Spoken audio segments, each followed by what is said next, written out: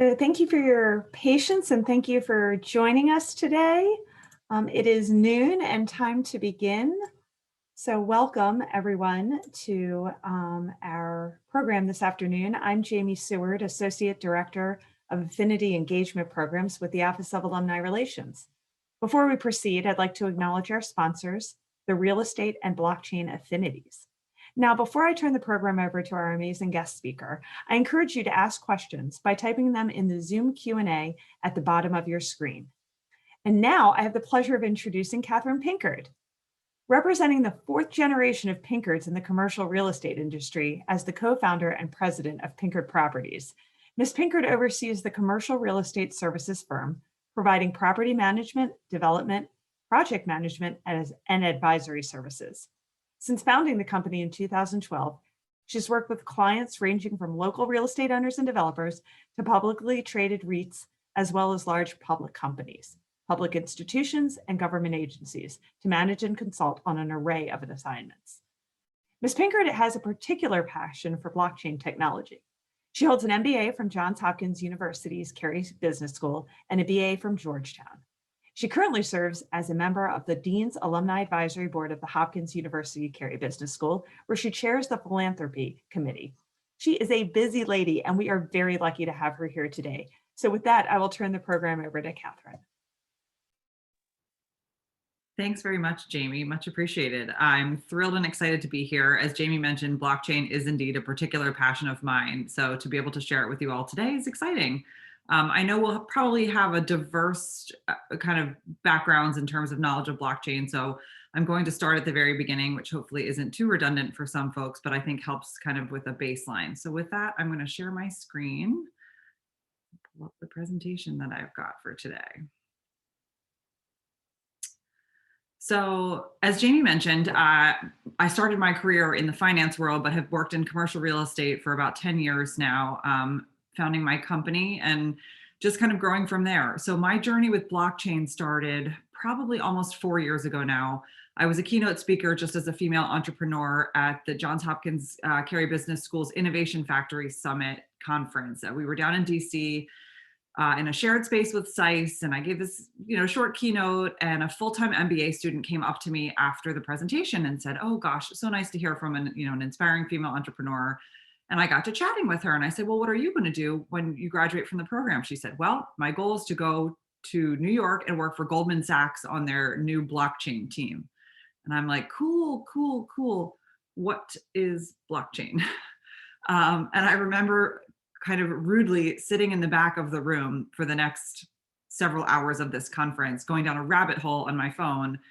Oh my gosh, why aren't we doing this in commercial real estate? This is fascinating. I had heard of Bitcoin, but I didn't realize the technology behind it was called blockchain. And so really realized and immediately kind of deeply dove into this could really be a material game changer in the commercial real estate world. So my background and experience and knowledge of blockchain is fairly deep and narrow in the real estate channel, but we'll touch on some other areas. I know I saw in the comments in Q&A, there were some questions about its applicability to other industries, and that's not my familiarity, but I'm hoping the kind of general background will also get you thinking as to how this can be applicable maybe to your world if it's not in the real estate field. And I should be clear that my business is very focused on commercial real estate. So my expertise does not lie in residential real estate, but we'll touch on a little bit how this may be applicable to that market as well. So to kind of get started, so what is blockchain? So blockchain is a distributed ledger that can record blocks of data using cryptographic hashes of the previous block of transaction data. For example, Bitcoin uses the SHA-256 cryptographic hash algorithm, which are generally represented as a Merkle tree root hash. Got it? We're all good to go? That's crystal clear? Well, I know it wasn't for me, and I couldn't code my way out of a paper bag if you had a gun to my head. And what's on the screen right now is very much Chinese to me. But there's a big piece of blockchain that's the interpretation of the technical part as in applied to the business world. So I was at a conference once and a guy gave me the best explanation I've heard to date of a kind of simpler version of what is blockchain. So imagine an elementary school lunch table. I have a ham sandwich and my friend Caroline has a peanut butter and jelly sandwich. So I say, well, I'll trade you my ham sandwich for your peanut butter and jelly sandwich. And she goes, okay, that sounds good. So I give her my ham sandwich. She gives me her peanut butter and jelly sandwich. So I now say to my friend Fred on the other side of the table, trade you my ham sandwich for your turkey sandwich. The whole lunch table says, well, wait a minute, we all saw you already traded your ham sandwich. You don't have it anymore. It's no longer in your possession to trade to someone else. We all saw it happen at the exact same time, and we all recorded that transaction taking place. That's essentially what takes place when a transaction happens on a blockchain based platform.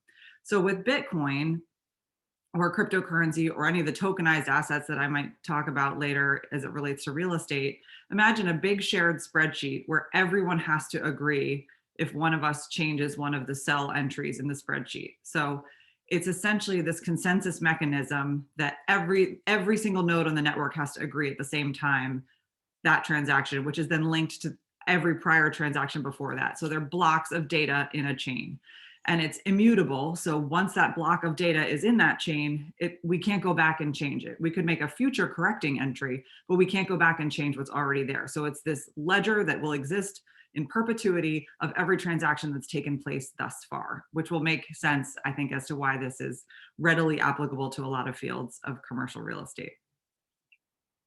So again, this, in theory, people will refer to it as unhackable. Who knows what the future holds with quantum computing, but as it stands right now, it would be very difficult to hack a blockchain-based ledger. So this, again, is very compelling as it relates to all sorts of transactions, financial, like a cryptocurrency, commercial real estate, chain of title, supply chain, all kinds of things like that. So again, as I mentioned, my expertise lies in blockchain as applied to commercial real estate. There are three main ways that we look at blockchain as being a really disruptive game changer in the real estate space. Number one is deed and title recordation. So right now, if I go to buy a piece of property, as a responsible business owner, I would do a title search, whether it's a house or an office building, whatever it may be. I want to make sure there's clear chain of title to my ownership of that asset. So if these transactions are recorded on a blockchain, there's this immutable ledger of these transactions having taken place, as opposed to there are several municipalities around the country where deed and title is still recorded in a paper-based system in a file cabinet in a township somewhere. We can do better. So by recording deed and title on the blockchain, it will track ownership in real time, secure across borders. So if the system is such that I'm buying a property in Texas or in Vermont or in California, or maybe in Sweden or the Republic of Georgia, whatever it may be, I can access clear chain of title information. Does this solve every problem? Of course not. Garbage in, garbage out. If it's not recorded at all, it doesn't matter if it's on the blockchain or in a piece of paper in the small township. If an easement or a transaction is not recorded, there's still no record of it. So this is not, kind of a one size fits all solution that's going to absolutely fix everything, but it will make it significantly more efficient and will cut down on a lot of the fees in a real estate transaction that we pay to title companies for title insurance. It would essentially, make that irrelevant. The problem right now is getting all of the past transaction data up onto the blockchain so that, for the last 100 years, the transactions that were prior to the invention of this technology, getting those all up and loaded in presents kind of an operational and financial challenge right now. So being able to really implement this in the real world is going to take some work. Right now it's cost prohibitive, but if we pick a moment in time where going forward we record deed and title on the blockchain, it could very well change the industry. So the second avenue, which has been the one of the biggest area of focus for me because I think it's most applicable to my business, is the capital stack. So when we talk about acquiring commercial real estate, we talk about putting together the capital stack. So I'm going to have this much in equity. I may have tax credits in there. I may have a debt, I'm going to take out a mortgage or a loan. I'll have debt on the property. So putting together that capital stack, usually a big piece of that is the equity piece. So I'm going to go out to investors. The project is going to cost me $5 million. I'm going to put down $1 million in equity and get a loan for the other $4 million. That $1 million in equity, let's say it's a small office building locally here in Baltimore that I'm going to buy with two friends. If we go in on that together right now, that's a very paper-based transaction. We will probably form an LLC that would hold that asset. We would all sign on a piece of paper and come up with an operating agreement as to how we were going to control that asset. And if I decide that, I'm an equestrian by hobby and very much enjoy playing polo, so I'm going to take off to Argentina to go play polo. I want out of this investment. Well, my two partners are like, oh gosh, we've got to call an attorney. We have to redraft the documents. We got to find somebody to buy your share. What if we don't like them? What if they're going to turn around? It's a very cumbersome process, which is why private real estate investing is very much an illiquid asset. Real illiquid asset. If I want my money back out again, it's a clunky, difficult, slow process that can often be expensive, especially if my other two partners want to continue to hold the asset. So by tokenizing that real estate, so it's the same office building that I still own with those two partners here locally in Baltimore, but instead of having these paper-based LLC documents, we have this tokenized digital asset that's our marker of our ownership in that asset. If I decide that I'm going to take off and move to Argentina and want my money back out of this asset, all of a sudden my share of it is significantly easier to trade. It creates some liquidity on the back end in private real estate, which is hugely, hugely impactful to our industry. Now, right now, there's not a big secondary market for this liquidity because there are very few assets that are actually existing in a tokenized form right now. We'll give some examples. I'll talk about that in a little bit. But in theory, with mass adoption, when this becomes kind of an enterprise level solution, there could be a decent secondary market, secondary liquidity for these tokenized assets. And I'll talk a little bit more and give an example about exactly how that works.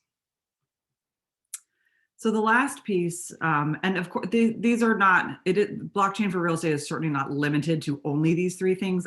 In my mind, these stand out to me as a kind of a practitioner in real estate on an everyday basis as the three big buckets. But the last one are these digital, what they call smart contracts based on a blockchain-based platform, which are really going to be applicable to lease and sale transactions in commercial real estate. So if I have a WeWork or a Spaces or any kind of like rent a desk short-term kind of space, and I want to rent it out, you can come rent a desk or a conference room by the month or by 6 months or a year terms.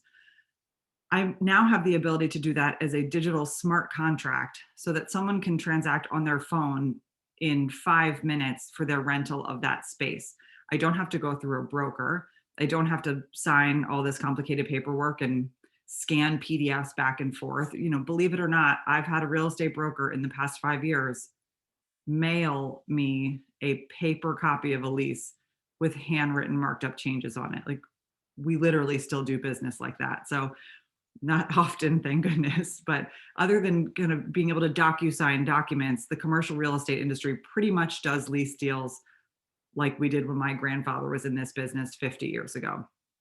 So being able to digitally encode these contracts, and to be clear, it's not just the signing of the contract, it's all of it. It's that you're going to pay me rent every month and I'm going to give you the space every month. And here's all of the parameters by which we're both going to follow this agreement that we've signed. It can be attached to the payment. Maybe you're paying in a digital cryptocurrency for that digital smart contract. Again, it just creates so much efficiency in what can be a clunky process in commercial real estate. So let's look at some real examples, which I think will make a lot of this a little bit clearer. So the first one, going back to that first major bucket of deed and title. So we have had some deed and title recorded on the blockchain. So it's been done internationally, and there are some countries around the world now that have complete deed and title databases on blockchain, but I'm going to focus on a US example because I think that's most germane to certainly what I do and kind of the topic at hand. So this is a deed that was filed in Vermont, and you can see there's a QR code that stands out there. So it's a regular deed that was filed the way you normally would if you acquired property in Vermont. But there's a QR code. I'm going to just zoom in on that. This is the address on the Ethereum blockchain where this settlement of this, change in title occurred. So forever, I can either go to that address on the Ethereum blockchain, or I can use that QR code and I can pull up a digital copy of this transaction. So that's amazing. I can be sitting here in my house in Baltimore and pull that up. I don't have to know someone in Vermont or go to the township and pull up the piece of paper. I also know that it's valid and transparent and it wasn't fraudulently done because this is an immutable record that once it's there, it can't be changed. So this was done by a company called Proppy, who ran the successful pilot study in Vermont. So again, is this tomorrow we're all going to be recording trading real estate on the blockchain or a blockchain based platform? We're not there quite yet, but I think as we slowly kind of start to adopt a new technology, we will get there. So in that second big bucket, debt and equity issuances, and I'm going to focus mostly on equity. It's pretty much the same process if it's debt issuance in terms of kind of the mechanics of how it works. The parameters as to how that would work for the investor or the sponsor are going to look a little different if it's a debt issuance versus equity. But for the sake of example, I'm going to focus on some equity examples. So again, this did happen. The St. Regis Hotel in Aspen, Colorado issued the Aspen digital token, also known as the Aspen coin. And you could buy a share of the St. Regis in Aspen and own an equity stake in this, incredible resort hotel. So a lot of what also needs to be figured out in this process, in addition to the actual nuts and bolts of the technology, are the securities laws behind all of this too. So this was done as a Reg D 506C offering, but taking place in March 2021, Reg CF is kind of raising the threshold from $1 million to $5 million from unaccredited investors. So there's now kinds of some excitement on the horizon that this will become more prevalent under different types of securities issuances. There are some blockchain-based platforms that are limiting it to only accredited investors, which my personal opinion, I think kind of limits what the technology is or why it's so compelling. I think blockchain tokenized based equity offerings kind of democratize the access to investing in real estate because you could theoretically invest in smaller chunks, which is exactly what happened here at the St. Regis in Aspen. You could buy $2,500 worth of it, which is, before the advent of this technology, crowd fundraising has existed, but the advent of the technology where the actual asset is held in a digital form, creating that secondary market liquidity, it would have been a nightmare for the sponsor, kind of the master developer, to track 1,000 tiny investors in a project. You have to issue them all K1s. You're tracking distributions. I mean, it's just an administrative, very complex task. So these blockchain-based platforms also help with that. So in addition to the securities compliance, they're also offering kind of administrative help on the back end once they've raised the money, which a lot of the existing, prior to blockchain, which the existing crowd fundraising platforms did not help handle. So the Aspen coin was kind of white labeled for the St. Regis in Aspen. It was just the Aspen coin. It wasn't a platform where I could buy other hotel assets or office buildings, or it was just an issuance for only that single asset. So there's a lot of companies out there that will do that kind of a white label issuance, or there's companies out there that also want to be the next, for lack of a better term, the next kind of like E-Trade or Schwab, a marketplace where I would go as a retail investor to invest in private real estate. So some of these Securitize, and there was a company called Harbor that was acquired. They do these kind of white label offerings where to the outside world, it looks like, the St. Regis is doing it, but the back end are one of these blockchain platforms. And then again, some of them like Meridio, which is a consensus portfolio platform, they want to be like a marketplace where Pinkard Properties, my firm, has assets listed, and so do other real estate sponsors around the country. So one with whom I've been involved is abstract tokenization. So a lot of these companies do it the same way. Some of them have a little bit of a different maybe user interface or some nuances to their platforms, but a lot of it's essentially the same kind of behind the scenes mechanics. They will tokenize the asset for you for a fee. So I, Katherine Pinkard at Pinkard Properties, am not going to develop my own digital token or my own blockchain-based platform. It doesn't make any sense when I could go to one of these guys that's already, has everything in place and I pay them a fee, which, by the way, these fees are significantly cheaper and it's less expensive for me to do as an asset sponsor than it would be going a traditional equity raise route, maybe through a broker, or the same thing on the debt issuance side. So this is a screenshot from Meridio's platform, kind of showing what this actually looks like. So this is for a multifamily property. So it's an apartment building in Brooklyn, and they are trying to raise equity for this project. So the total equity issuance is $800,000. And so when I log onto their platform, I can do kind of my own kind of high level due diligence by looking at the whole property. And I know it's a little bit hard to see here, but I can click into a lot of these items, the property details, to find out kind of more about it, about who is the sponsor behind it, what's their track record. I want to see the current leases. If I'm buying it for the income stream, I want to see the current leases that they have in place. I want to know what the market looks like in Brooklyn for apartments, but it's a whole kind of dashboard where I can do my due diligence on that particular asset. So then I decide, that I want to buy into several of these. This is my side as the investor. This is my portfolio. So I have invested kind of small shares in a bunch of different real estate projects. So you can see these so far. I've invested in an apartment building, another apartment building, and these are geographically diverse. So you can see the first one is in New York. The second one is in Venice, California. That third one is in Chicago. And it shows me where I bought it, how many shares I own, what the current value of that is. But the beauty is, so these are private real estate assets. If I want to get back out of it again, I just click that transfer button. I can sell my share. Whereas imagine if you and I owned an apartment building together, I certainly could not transfer my interest in it in 10 minutes. I'd have to call a lawyer, we'd call a title company, we'd get an appraisal done. Significantly more difficult, cumbersome, longer process.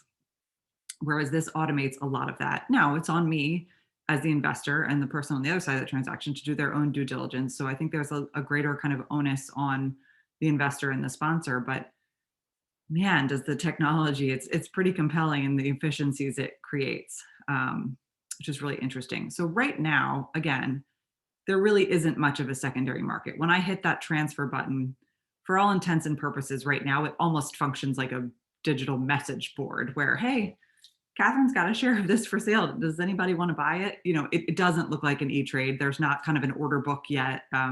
It's not quite that sophisticated. But again, as market adoption, kind of there's this groundswell, and one of these platforms comes to the top as kind of an enterprise level solution. The idea is that the technology groundwork is there that we very may well get to that point. So here's what it looks like when I actually submit that transaction request to make that trade. So I'm selling it to Paul Smith for $1,000. He's going to buy my 800 shares. We're doing this in this, this is an old screenshot, as you can see. In 2018, I'm going to hit continue, and I sell my share to Paul Smith. The record of that transaction, my having sold my digitized share of that asset, is recorded on the blockchain. So kind of henceforth, again, the kind of chain of this, this would link into a chain of title system that no longer does Katherine own the share of that asset. I have now traded it to Paul, which is really compelling. So a lot of these platforms do use what's called a stable coin. So Meridio uses DAI, which is tied to the dollar. So it, for all intents and purposes, it looks no different price-wise than a US dollar. And that's also what's helpful kind of for the retail user. The blockchain and kind of like crypto wallet back and forth behind the scenes is really indeed behind the scenes. So you don't have to have an extraordinary working knowledge of blockchain or cryptocurrency to understand how these trades take place. It's very easily accessible via a digital wallet, and there's a very low barrier to entry for a retail investor, which again is very compelling. I like that the democratization of being able to invest in commercial real estate, which was typically kind of a very tight-knit circle, good old boys, and it is mostly boys, good old boys gang. So moving on to that third bucket, these digital smart contracts. So this is an example that I touched on earlier of if I'm going to rent like a space at like a WeWork. I'm a graphic designer and I want to rent a desk for a month to work on a particular project with a client who, I will be frequently meeting in the conference space at this co-working office. So I want to rent a space there. Well, if I'm the owner of that office space, I need you to sign a license agreement that you are going to agree to appropriately and acceptably use my commercial real estate space. Typically, for a short term agreement like that, it's not a full lease agreement, but it certainly could be. The technology is there that it could be a full lease agreement, but it's easier to kind of stick with one of these license agreement examples. So it's a license agreement that I have a license to use that space. There will be a desk for me there every time that I want to use it during the term of this transaction. So I will sign a digital smart contract for that rather than having to sign especially if it's a more complex commercial lease, rather than having to sign a long paper lease and go back and forth. And then I've got to chase down the property manager to have somebody sign it and return it back to me. And of course, there are digital signatures now. We can sign things through DocuSign, of course. But this links into the kind of cryptocurrency side of it too. So again, that is not my area of expertise, nor is it my particular passion. But I do see it's pretty compelling if you can tag these commercial real estate systems with a digital currency system, then it really is kind of compelling technology, because the kind of financial transaction side linked with the real estate transaction side becomes even more efficient.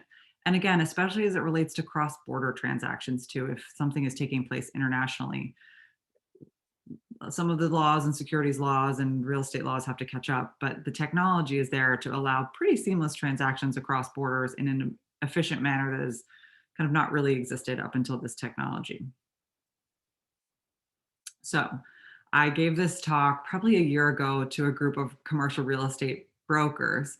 And I think they're all sitting there like stricken, white face, like, oh, I'm going to be completely replaced by all. What do you need a broker for? I can see the listing online. I can transact online. Like, this is, what am I going to do? This is crazy. So, this is the end of commercial real estate as we know it. Title companies are completely out of a job. I don't need a broker anymore. And that's really not the case.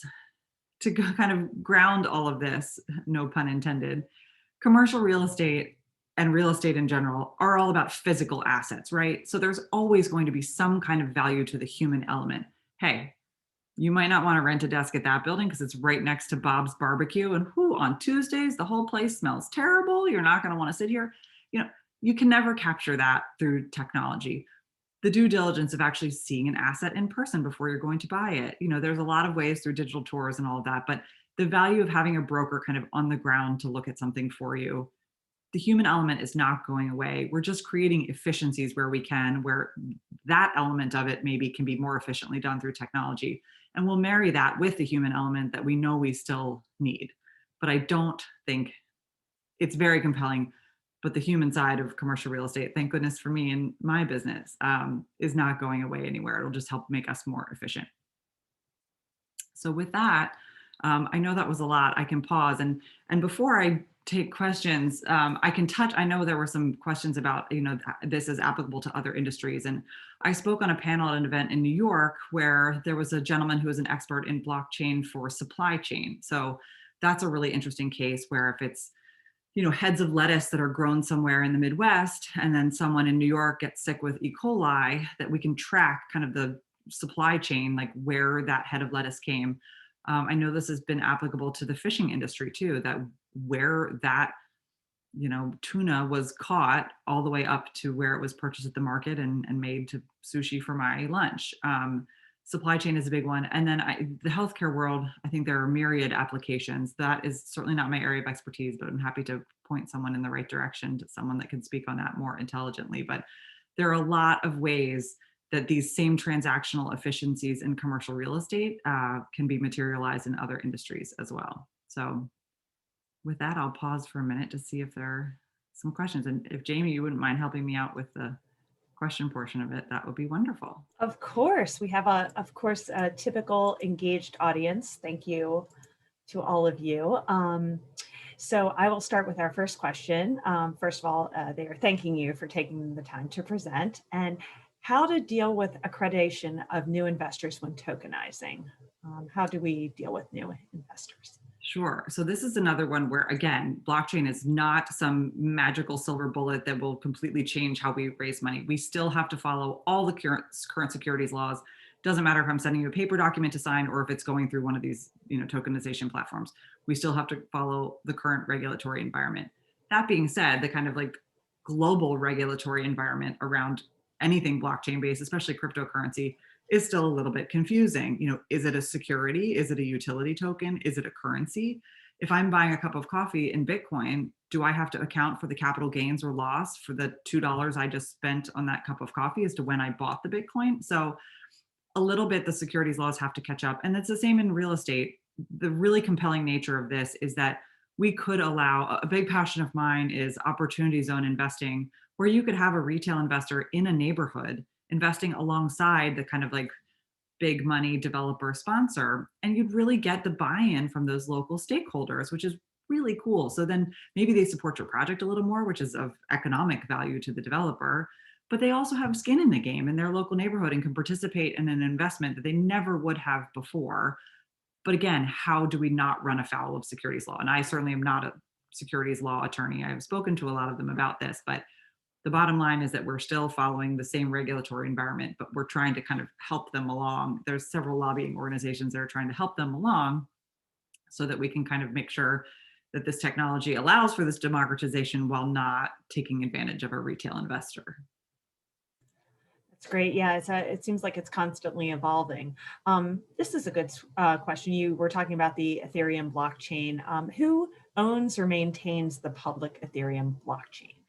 That's a great question. So, and I probably should have touched on that. So no one owns, any of these blockchains. So I could spin up a computer right now and download a copy of the entire Ethereum blockchain or the Bitcoin blockchain or the whatever it may be, and I can run a node. I can mine Bitcoin.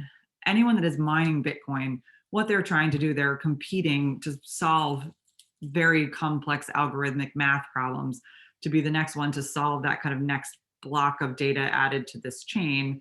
And that's kind of how you mine Bitcoin. But that's the compelling nature of kind of my elementary school lunch table example or the spreadsheet example. No one person around that elementary school lunch table kind of owns the record of that transaction. We all saw it at the same time. We're all a part of it. It's not held anywhere. So that has been the compelling nature of both cryptocurrency and then these digital real estate assets. I don't have to depend on a trusted third party, a government, a bank, whoever it may be. I'm not worried. We live in the United States. We're very lucky that I wake up tomorrow and I'm fairly confident I will continue to own the real estate that I own. I may live somewhere in the developing world where I might wake up tomorrow and those records have been changed or it's been nationalized or it's corrupt, and all of a sudden the piece of paper in the township office says that I don't own that anymore, even though I didn't sell it. So this kind of like incorruptible ledger that no one party owns is really compelling, but that's also very scary to people that people I like to feel good. I go to sleep at night knowing that Bank of America stands behind the transactions in my checking account.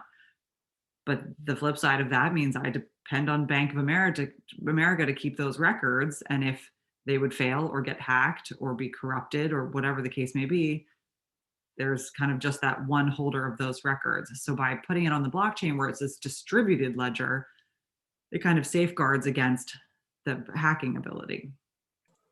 Which is one of the benefits.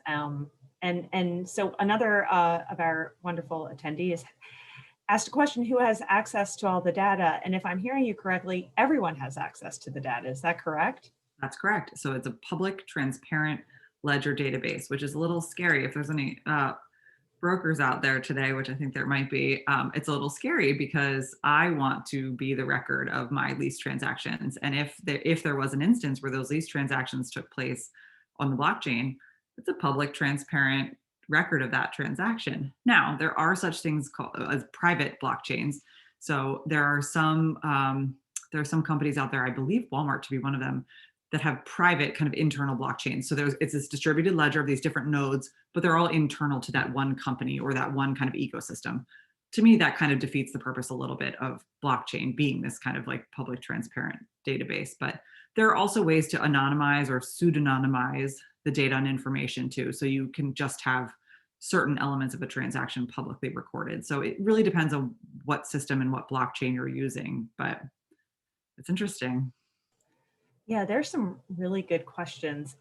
This next one, so this next question, it sort of harkens back to, remember when we had 8-track tapes and how technology keeps changing. So what are the concerns about being able to continue using this technology and these records given disruptions in maybe the power source or the technology sector or the short shelf life of various technologies? Sure. I mean, I certainly was not asked to speak today because I have a crystal ball and know where this is all headed down the road. But I think that's a risk of any technology, right? I mean, Microsoft Excel or what, anything that we use on a daily basis. I use Venmo, and I know 5 years ago I used to use PayPal more, but PayPal still exists. And that's a risk of using any technology. I understand kind of that the question in the context of, well, Catherine, gosh, if you're talking about recording deed and title, that's a very kind of like long-term endeavor. So, what if technology changes? That certainly is a risk, but something that we would have to adapt to. And, again, I will be crystal clear that I certainly am not a technology expert by any stretch of the imagination, but I know that we've adapted, in the property management side of my business. Accounting used to be done very technologically different than it's done now. And, we adapt as we move along. So this is compelling technology that exists now, but certainly that could change down the road. Well, and just as we had 8-track tapes, we now have, streaming services. So it'll evolve. I have confidence. And So it's what that stepping stone that kind of helps get us to the next step. exactly? Because I feel like it just keeps getting better and evolving in a positive way. So what happens to transactions that are typically not recorded, like a short-term commercial lease? And like what happens if commercial lease is recorded in the blockchain, but not in like a government type record? Right. And so this is where, again, it goes back to, it's not a silver bullet. If the information is not recorded in any form, it doesn't matter whether it's paper or blockchain, then it's not recorded. So that is certainly some kind of risk that you would have with anything. If a lease transaction, if the lease isn't actually signed, those are risks that exist today, no matter what system we use. So it would be just putting the correct guardrails and parameters in place that if this is the kind of new way we're going to do this process, how do we ensure that easements do get recorded? And those are the same issues that we face today with the current recordation.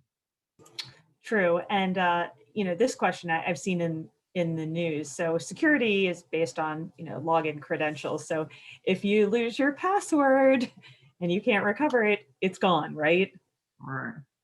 Oh, So no, with most of these real estate platforms, again, Pinkard Properties is not, I'm not, could I certainly, I could hire a team of developers and I could do my own, but most of these technologies that exist for real estate are kind of existing third-party platforms where I am hiring the technology to do this securities issuance for me.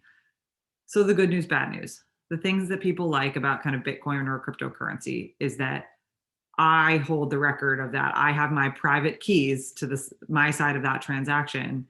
And we've all heard the stories about there's a guy in England, I think, that, has been searching for, 5 years in a landfill for the hard drive that got thrown out with his $30 million worth of Bitcoin on it. Most of these real estate platforms, I am trusting a third party, which exists on the cryptocurrency side too, right? Like if I'm going to trust Coinbase or whatever it is, I'm going to trust them to be the keeper of my private keys to this transaction. So again, the real estate side of it is not apples to apples with cryptocurrency because it's backed by an actual asset that I own. And again, as we sit here right now too in 2021, remember most of these transactions are also being done in parallel too because people still don't totally trust the system. So a lot of these are being recorded, especially on the kind of chain of title side, are being recorded the kind of old fashioned way alongside the digital way. So I think this is why that there has not been very widespread adoption of this is because we don't have all these things figured out yet. We need to get investors comfortable around like, well, what are the mechanics behind this? Like, I was kind of investing in Bitcoin and I lost my private keys and it was a risk I took. But if it's a piece of actual real estate, it's an operating office building, like I lose my marker of ownership in that. Well, wait a minute. But most of these platforms, that's what you pay for is they will track and maintain the records of all of that. And so then there's the risk of you that I then am trusting a third party to kind of be the holder of that information. But there's things yet to be figured out, I think, before we're going to see enterprise level adoption. We have to answer some of those questions. And what's beneficial about your presentation is that it's educational for a lot of people. So I appreciate that. So let's talk about certainty in the chain of custody, which is sort of along the lines of trust. In your sandwich example, what happens if there isn't anyone else at the table to view the transaction? How does like a second party know that the turkey sandwich was already traded? Great question. So then that wouldn't be an example of blockchain. So if I only have two nodes, then I haven't really stood up kind of a blockchain yet. Maybe I'm working on it, but I haven't really. The whole idea is that there are enough nodes, or there are enough shared users of that spreadsheet. There are enough people sitting around that elementary school lunch table that there is kind of enough of a group to have this consensus mechanism where all of the nodes agree at once. But if it is just you and I trading sandwiches, then that's really no different than how we would transact now. That would be no different than if you send me just a DocuSign document and I sign it. So that it wouldn't really be a blockchain in that case. That makes sense. So are there any local projects here in Baltimore being funded either partially or totally by the blockchain or cryptocurrency or anything? Not yet, but I'm trying. I have worked with a few clients locally to try to tokenize some assets. Worked on an office condominium project where to tokenize some of the office condos to then sell. And then I've worked with another developer kind of along the same lines, but no, we haven't done it yet. So I would love to be, it hasn't been done in a lot of markets around the country, candidly. There aren't a lot of these out there, but there's a lot of us that are passionate about it, that are working on it. And then the more the technology kind of helps get people more comfortable around how the transaction can take place, I think the more hopefully we'll see adoption. But no, not yet, but stay tuned, hopefully. Yeah, you think so? I know you just said you're looking to do it in the condo market. So would you say it's fair to say that it'll eventually trickle down or across to the residential real estate market? I don't know. Again, I certainly will not hold myself out as being an expert at any level in the residential market. I don't know the first thing about selling a house. Office buildings, sure, but not a house. So I think so. And again, I think especially kind of on the contract side, and then of course on the title side, but maybe mortgages, debt issuances, but I don't know. Again, I'm looking through my own lens, right? I don't see quite as clear a path, but I know there are lots of companies out there. I know there's one particular company that's working on this for apartment buildings so that people that may not qualify for a mortgage would be able to own a stake in their apartment complex. Figuring out the mechanics of how that works is difficult as well. But I know there are people out there trying to work on solving that problem. So I know we haven't done it yet, but what would be the tax implications for trading on the blockchain? I assume you'd still have to pay taxes. Right. Yeah. No. Yes. Just because it's kind of a new technology or may look different. Yes. I think, again, I certainly am not an accountant, nor am I a tax attorney. But again, the transaction is essentially, it's the same transaction that would have taken place 10 years ago. It's just that we're kind of leveraging technology to make that happen. But it is treated the same kind of ownership wise. Now, will that continue to be the case? Again, the regulatory bodies have not caught up with cryptocurrency and kind of can't figure out what type of an asset that is, and thus the tax treatment of it. And there's always a risk. Would they look at these tokenized real estate assets as different from being what it is, a share of private real estate? I don't know, is the example. And that kind of goes back to the like 8 tracks to tapes to CDs. I think this is going to continue to evolve as the regulatory environment catches up. So for now, that's my answer, but kind of asterisk, subject to change. No, that's good. I mean, like you said, you don't have a crystal ball. So I see a lot of you are putting your questions in the chat. Please do not put them in the chat because they'll get lost. Please put them in the Zoom Q&A that's located at the bottom of your screen. So back to the questions in the Q&A. So would investors, this came up a couple of different places. Would investors need an agent to check the properties? And if so, what would the fee structure be for the agent? Because it sounds like, if you're trading real estate on the blockchain, maybe, I hope not, because my husband's a commercial real estate broker, that you wouldn't take the agent out of the equation. But can you just talk about that for a little bit? Sure. So I've actually pointed that out to several of these, kind of the platform developers. Well, wait a minute. If it's a commercial office building, self-servingly, I run a big property management business. I want to know who's running the building. If I'm going to invest in this asset, I want to know that it's, someone is being a good steward of that they're going to take care of it. And, my investment will kind of be reinvested in, and there's, good quality contractors and maintenance people working in the building. So how do I do my due diligence on that? And some of these platform developers have been like, I hadn't really thought of that. Wait a minute. And so this is where, again, this goes back to my whole role in all of this world, is to try to kind of marry. I bring the kind of like business operational side of this, how this technology is going to be adopted. The more you kind of can include and understand the world of the people that are actually working on the real estate every day. So certainly if it was me, I would hire Jamie's husband to go take a look at that property for me, or figure out, or give me, an opinion of value. Or just because I'm buying it on this platform, just like if I'm going to buy a stock, a share of a stock on E-Trade, it's still on me to do my research. Why am I buying it? Is that a fair price for it? Do I think it's going to go up? Do I think it's going to go down?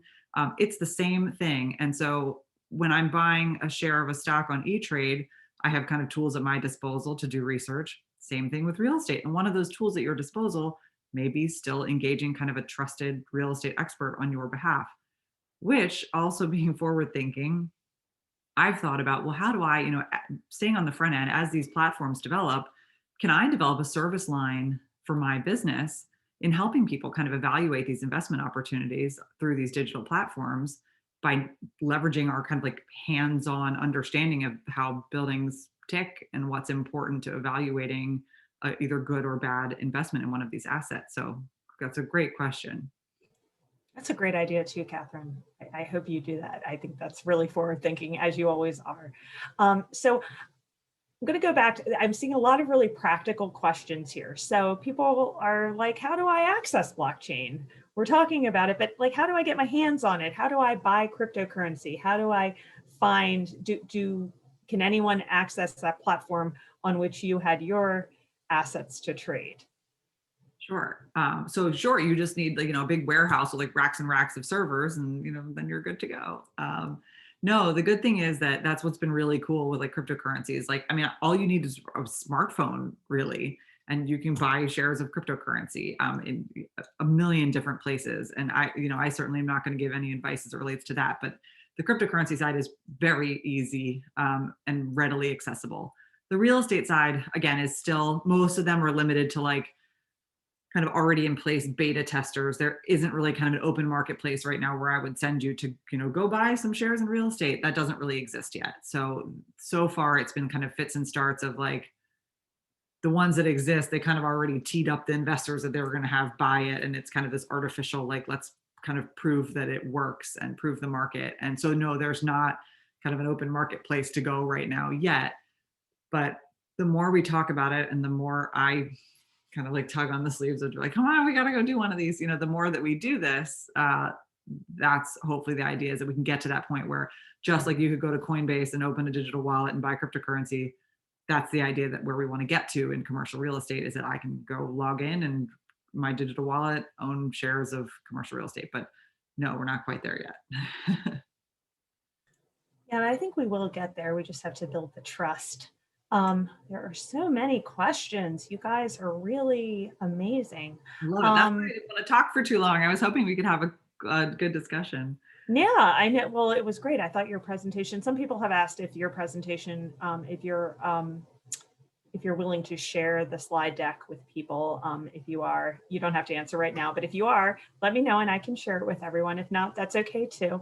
I think people really want to know, where outside of this presentation can they learn more about blockchain? What's a good resource for learning about blockchain and Bitcoin and commercial real estate transactions? Sure. So, I mean, honestly, online, it's so funny that the environment is changing so quickly that, the bookmarked websites from like 2 months ago that I would have sent you, like there's probably been an update to some of them. So honestly, just go online and kind of research whatever kind of narrow area interests you.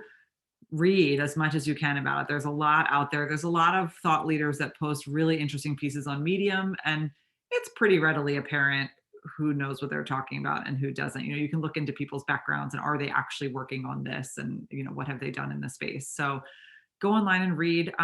There's a really interesting book called Digital Gold that is just kind of the history of how blockchain and Bitcoin, really Bitcoin started. The kind of guys, there's a famous story that it was 10,000 Bitcoin for 2 pizzas. And now, now that would have been how many millions and millions of dollars. But it's a really interesting book that's a great kind of story of just kind of how all this got started. It's certainly not specific to real estate, but just this groundbreaking technology that, by the way, was invented by kind of a pseudonymous person that we don't know who he or she is, that kind of came up with this technology in 2008.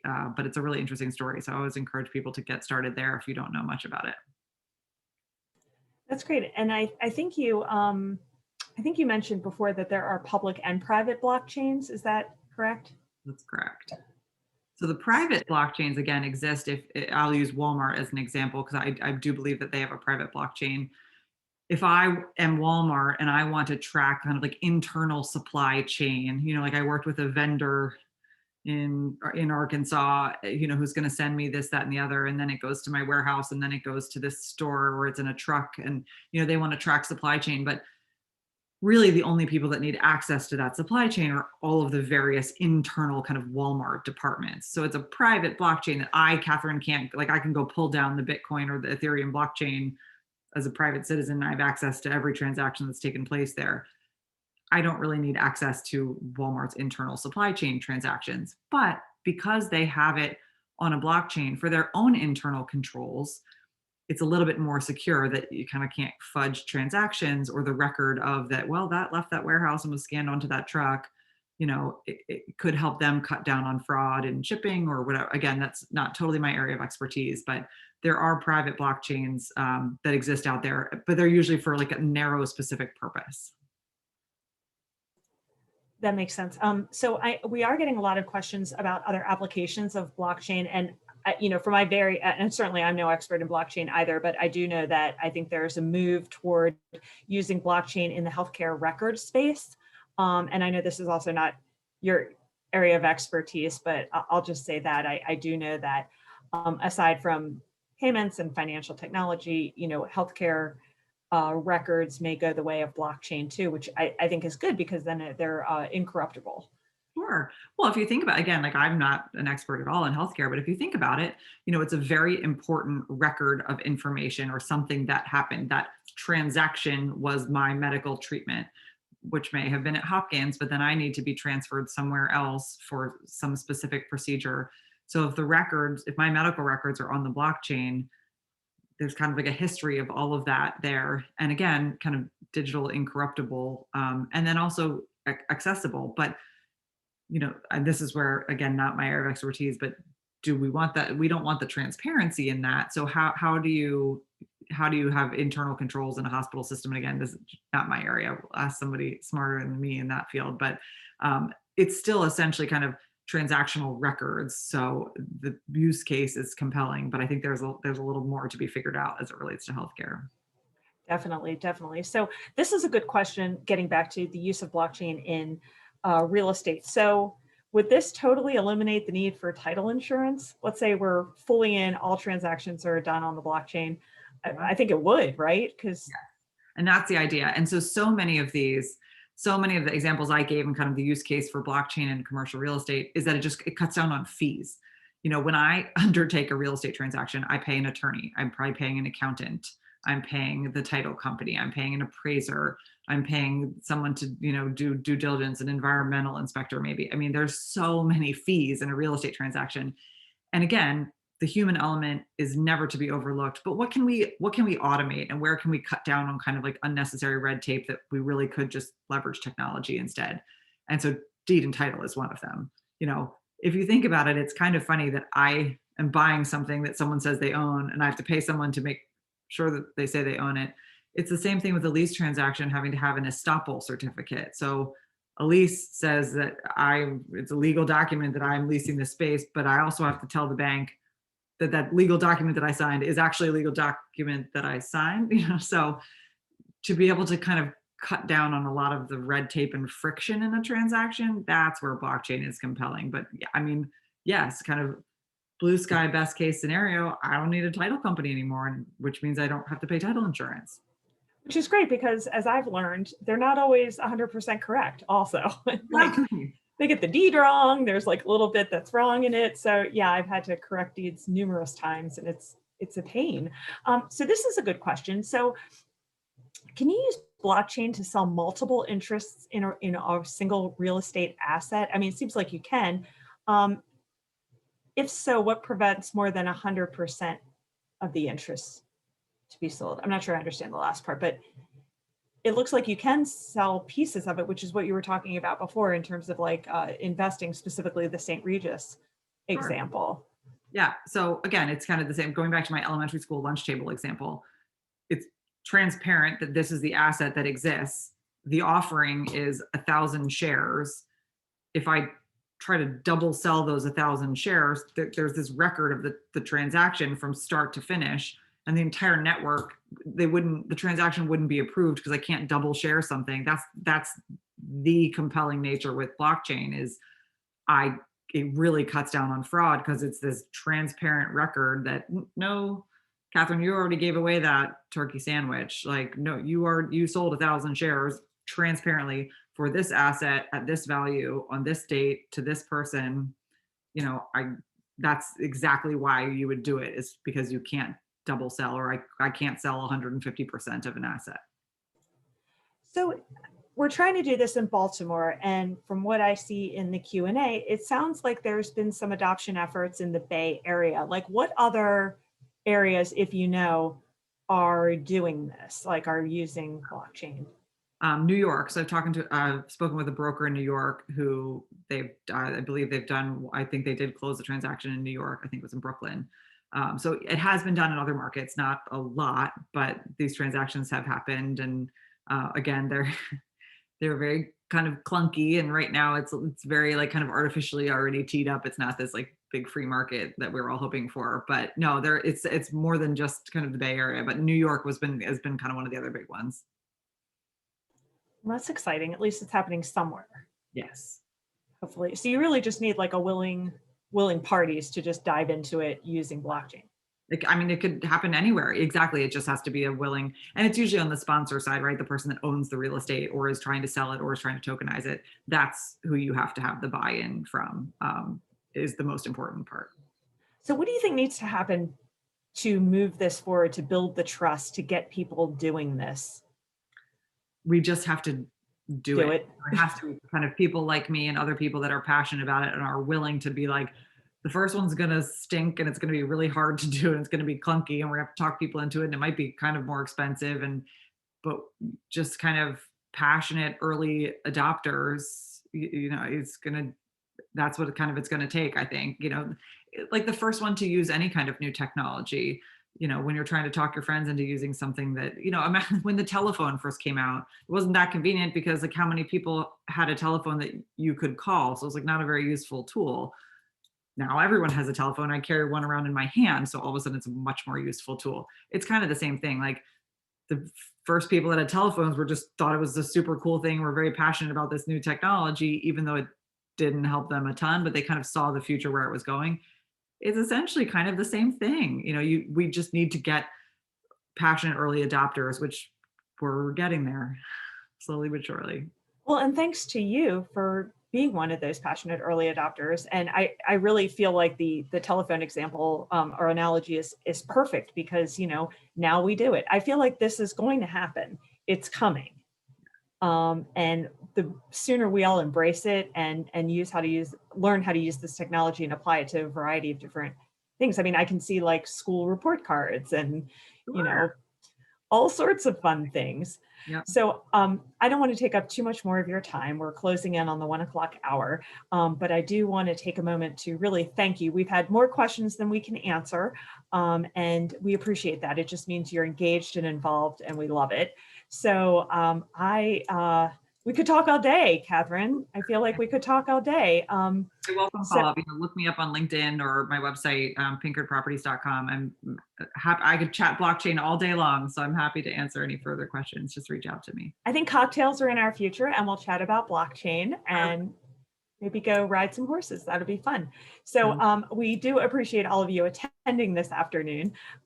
If after this program, I will share a recording and a list of resources and our event schedule. And we really hope that you will join us at a future program. This has been wonderful.